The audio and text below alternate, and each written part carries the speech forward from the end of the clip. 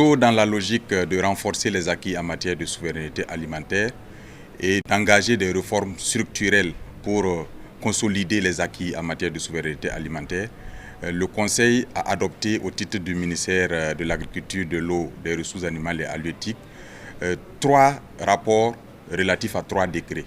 Le premier décret est relatif à la reprise des participations du secteur privé, des anciennes sociétés Souroupol, société économie mixte, et Bagrépol, société à économie mixte, dont les privés étaient détenteurs à respectivement 10% et 5% des capitaux. Les deux cumulés font un taux de 15%, et ce qui représente la somme d'environ 150 millions. Le Conseil a donc décidé, à travers ce décret, de reprendre ces participations pour que ces capitaux soient 100% publics au titre de ces deux sociétés. Le deuxième décret qui a été adopté consacre la création de la société Faso Agropole. Cette société qui désormais prend en compte plusieurs agropoles, à savoir 5 sur l'étendue du territoire national. Il y a bien sûr les anciens agropoles de Bagré et du Sourou qui prennent désormais le nom de l'agropole du Sourou et l'agropole du Nakambe. Et en plus de ces 2 agropoles, il y a 3 autres agropoles qui sont créés, respectivement l'agropole de Samandeni, l'agropole de la Komoé et l'agropole du Liptako Gourma. Ces agropoles sont créés au regard des potentialités qui existent au niveau des différentes zones agropastorales de notre pays, notamment en ce qui concerne l'agropole du Liptako Gourma. Nous avons des potentialités autour du fleuve Béli, qui est un affluent majeur du fleuve Niger. Nous avons également des potentialités autour de la Siriba. Et bien sûr, il y a les acquis déjà au niveau du barrage de Kompianga, plus d'autres zones qui peuvent être propices à des productions agricoles et à des aménagements agro-pastoraux très rentables pour notre pays.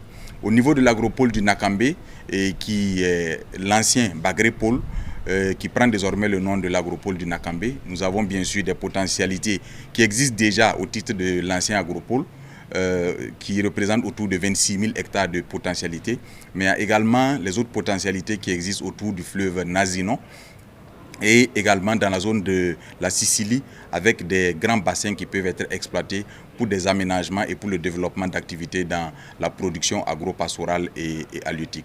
En plus de ces 2 agropoles, nous avons l'agropole de Samandeni qui également avait fait l'objet d'études et dont les aménagements sont déjà en cours. Au niveau de cet agropole, nous avons un potentiel d'environ 21 000 hectares qui étaient déjà identifiés. Mais au-delà de ces 21 000 hectares, nous avons les plaines déjà aménagées de Bama, nous avons la plaine bien sûr de Banzon et nous avons les plaines de Nigema et de Séguéré qui sont déjà des plaines aménagées et qui vont rentrer dans le cadre de l'exploitation de cet agropole. Ensuite, nous avons l'agropole de la Komoé qui va prendre en compte les aménagements déjà réalisés au niveau de Douna, au niveau de la Léraba, et qui, bien sûr, exploite au maximum le potentiel qui existe autour du fleuve Léraba, mais également autour du fleuve Komoé, et bien sûr d'autres potentialités qui existent dans la région. Au niveau de Douna, nous avons environ 2000 hectares qui sont déjà en cours d'aménagement, dont le bloc de 600 hectares, le bloc de 410 hectares et un autre bloc de 170 hectares qui sont déjà pratiquement achevés. Nous avons également la plaine de Karfigla, qui est une plaine en pleine réhabilitation. En plus de ces potentialités qui existent, il y a des superficies qui ont été identifiées comme pouvant faire l'objet d'aménagements pour le développement de production à plein temps en 3 campagnes au cours de la même année. Nous avons bien sûr dans le cadre de l'agropole de la Komoé les potentialités qui existent bien sûr dans le Kénédougou Nord, notamment au niveau de Niana Djonkele, où nous avons un potentiel de près de 2000 hectares qui peut faire l'objet d'aménagements et pour lesquels les études sont déjà en cours. Nous avons également d'autres potentialités qui existent et qui vont rentrer dans le cadre de la mise en œuvre des activités de cette agropole. Nous avons l'agropole du Sourou, qui bien sûr prend en compte l'ex-Souroupol, la potentialité autour de la vallée du Sourou qui tourne autour de 30 000 hectares, mais également toutes les potentialités qui existent dans la zone, à savoir les terres aménageables qui sont autour du fleuve Mouhoun, mais également les zones très fertiles et très propices à des aménagements hydro-agricoles de grande capacité tels que Banwali et d'autres zones dans la même région.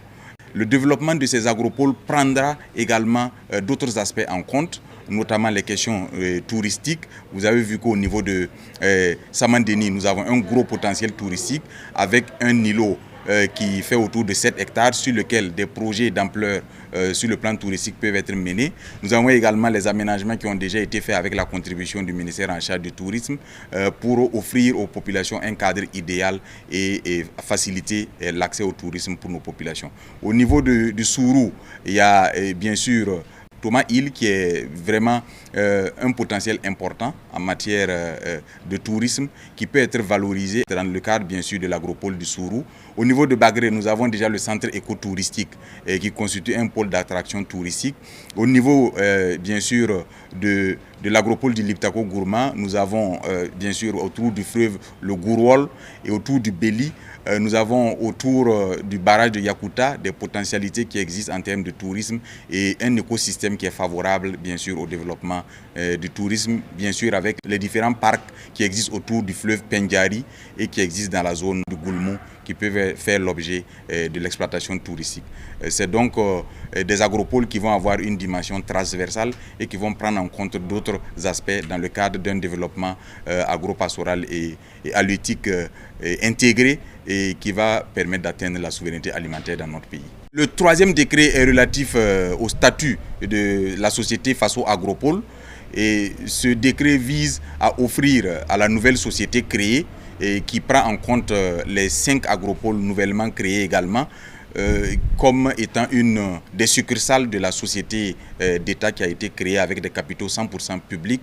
Ce décret vise à offrir à la nouvelle société les organes de gouvernance nécessaires pour son fonctionnement, à savoir le conseil d'administration et également la direction générale avec toutes les autres structures qui vont composer la nouvelle société et favoriser son développement en tant que holding des agropoles au Burkina Faso.